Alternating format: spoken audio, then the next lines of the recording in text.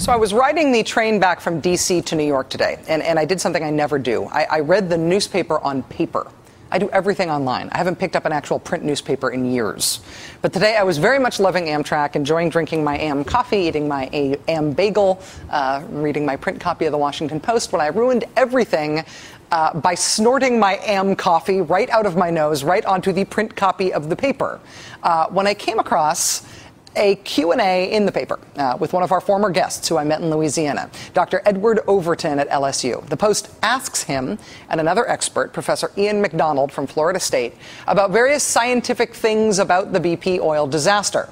Here's where I snorted the coffee. This is the last question of the Q&A.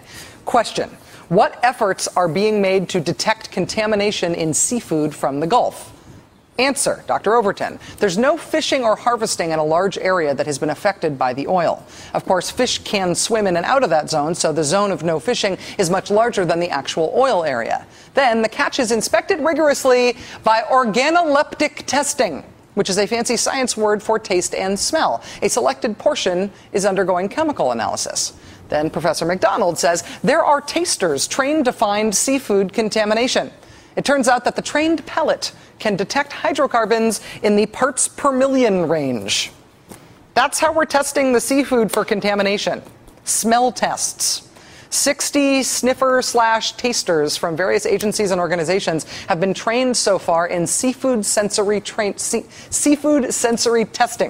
by the International Food Protection Training Institute and NOAA's Fisheries Service at the National Seafood Inspection Lab in Pascagoula, Mississippi. Apparently, there is chemical testing of the fish and seafood as well, but there's no machine better suited for this task of detecting minute amounts of oil in seafood and shellfish than the trained human palate. Please tell me more. Joining us now is Jerry Voitala. He's Executive Director for the International Food Protection Training Institute. Mr. Voitala, thank you very much for your time. Thank you, Rachel. So to be clear, you're not just finding people who have supernatural smelling and tasting abilities and putting them on the case. You're training regular folks to be able to detect contamination. Is that right?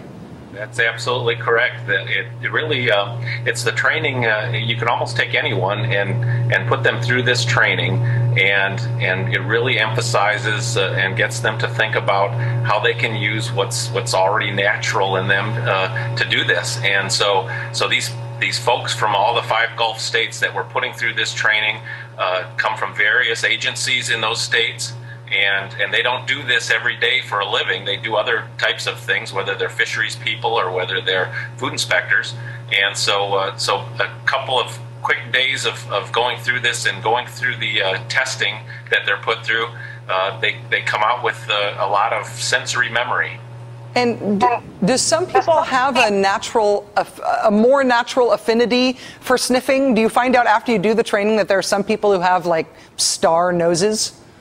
Yeah, that's absolutely correct. A lot of the folks that are going through the training, and we've put about 60 people through the training already in the last three weeks, in order to increase the capacity of people out there that can do this, they come out of this as being screeners. So they can go out now in their normal jobs and do a lot of screening and find problems that are out there or detect things that they couldn't before.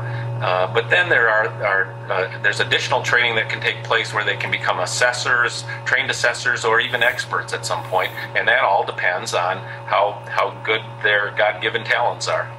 When in a non-training environment, once the folks who have been through your training are out in the field, how do they actually test the seafood? Are they smelling, tasting, both? How much of a sample are they smelling or tasting at a time? Well, there's one of the things they learn in the class is that the environment has to be controlled when you're doing this testing. So it's somewhat difficult when you're out in the heat and the humidity and on a boat, let's say, that there's diesel fumes and there's other types of odors.